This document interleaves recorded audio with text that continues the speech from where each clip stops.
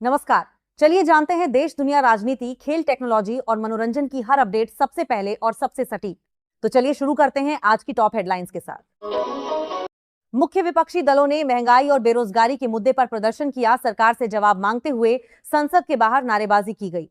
प्रशासन ने शांतिपूर्ण प्रदर्शन की अनुमति दी, लेकिन सुरक्षा व्यवस्था कड़ी रखी। घरेलू बाजार में मिलाजुला रुख रहा। बैंकिंग और आईटी सेक्टर दबाव में रहे, जबकि ऊर्जा कंपनियों में तेजी देखी गई। निवेशकों को सतर्क रहने की सलाह दी गई। वैश्विक अनिश्चितता के कारण सोने की कीमतों में उछाल आया। विशेषज्ञों ने इसे सुरक्षित निवेश की ओर रुझान बताया। चांदी की कीमतों में भी हल्की तेजी दर्ज हुई। किसानों के लिए कम ब्याज दर पर नई योजना लागू हुई। डिजिटल आवेदन प्रक्रिया सरल की गई है। इससे ग्रामीण अर्थव्यवस्था को मजबूती मिलने की उम्मीद है। आईसीसी मेंस टी20 वर्ल्ड कप के सेमीफाइनल मुकाबले में दोनों टीमों के बीच जबरदस्त टक्कर देखने को मिली। मैच अंतिम ओवर तक रोमांचक बना रहा। बल्लेबाजों ने तेज शुरुआत की, जबकि गेंदबाजों ने मध्य ओवरों में वापसी की। दर्शकों में उत्साह चरम पर रहा। भारतीय राष्ट्रीय हॉकी टीम ने अंतर्राष्ट्रीय टूर्नामेंट में शानदार प्रदर्शन करते हुए खिताब जीता। फाइनल मुकाबले में टीम ने आक्रामक खेल दिखाया। कोच ने खिलाड़ियों की फिटनेस और तालमेल को सफलता का प्रमुख कारण बताया।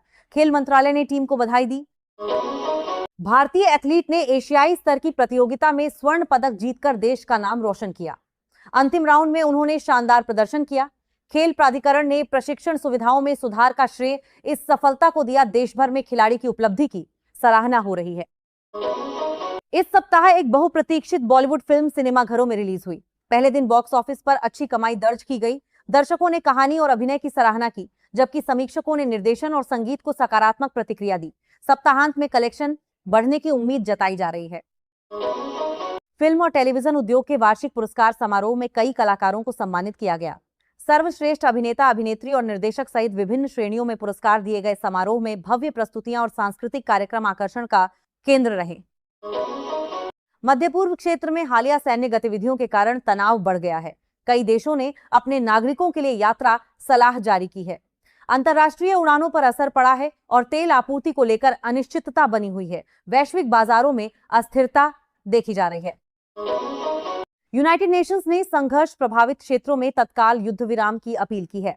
मानवीय सहायता पहुंचाने के लिए सुरक्षित गलियारे बनाने पर जोर दिया गया। अंतर्राष्ट्रीय समुदाय से शांति प्रयासों में सहयोग करने का आग्रह किया गया। कृत्रिम बुद्धिमत्ता क्षेत्र में बड़े पैमाने पर निवेश की घोषणा की गई है। कई तकनीकी कंपनियां एआई आधारित समाधान विकसित करने पर जोर दे रही हैं। विशेषज्ञों का मानना है कि इससे हेल्थ केयर, शिक्षा और उद्योग क्षेत्रों में दक्षता बढ़ेगी तथा नई नौकरियों के अवसर भी पैदा होंगे। मौसम विभाग ने कई राज्यों में तापमान सामान्य से अधिक रहने की चेतावनी जारी की है। दोपहर के समय लू चलने की संभावना जताई गई है। लोगों को धूप में बाहर निकलने से बचने, पर्याप्त पानी पीने और हल्के कपड़े पहनने की सलाह दी गई है। कई राज्यों ने नई शिक्षा नीति के तहत पाठ्यक्रम में बदलाव शुरू कर दिया है। कौशल आधारित शिक्षा, डिजिटल लर्निंग और मातृभाषा में पढ़ाई पर जोर दिया जा रहा है। शिक्षकों के लिए विशेष प्रशिक्षण कार्यक्रम भी आयोजित किए जा रहे हैं। स्वास्थ्य मंत्रालय ने बच्चों और गर्भवती महिलाओं के लिए विशेष टीकाकरण अभियान शुरू किया है। दूर दराज क्षेत्रों में मोबाइल मेडिकल टीमों को तैनात किया गया है। अधिकारियों ने लक्ष्य रखा है कि अधिकतम लोगों तक समय पर टीके पहुंचाए जाएं और रोगों की रोकथाम सुनिश्चित हो। साइबर क्राइम सेल ने ऑनलाइन धोखाधड़ी करने वाले गिरोह का भंडाफोड़ किया। आरोपियों ने फर्जी कॉल और लिंक के जरिए लोगों से बैंक विवरण हासिल किए थे। पुलिस ने नागरिकों को अनजान कॉल और संदिग्ध वेबसाइट से सावधान रहने की सलाह दी। ट्रैफिक पुलिस ने नियम उल्लंघन पर विशेष अभियान चलाया। बिना हेलमेट और सीट बेल्ट के वाहन चलाने वालों पर जुर्माना लगाया गया। सड़क सुरक्षा जागरूकता कार्यक्रम भी आयोजित किए गए ताकि दुर्घटनाओं में कमी लाई जा सके। तो फिलहाल आज के लिए इतना ही। मिलते हैं नेक्स्ट वीडियो में इसी तरह टॉप न्यूज के साथ। तब तक के लिए जय हिंद, वंदे मातरम।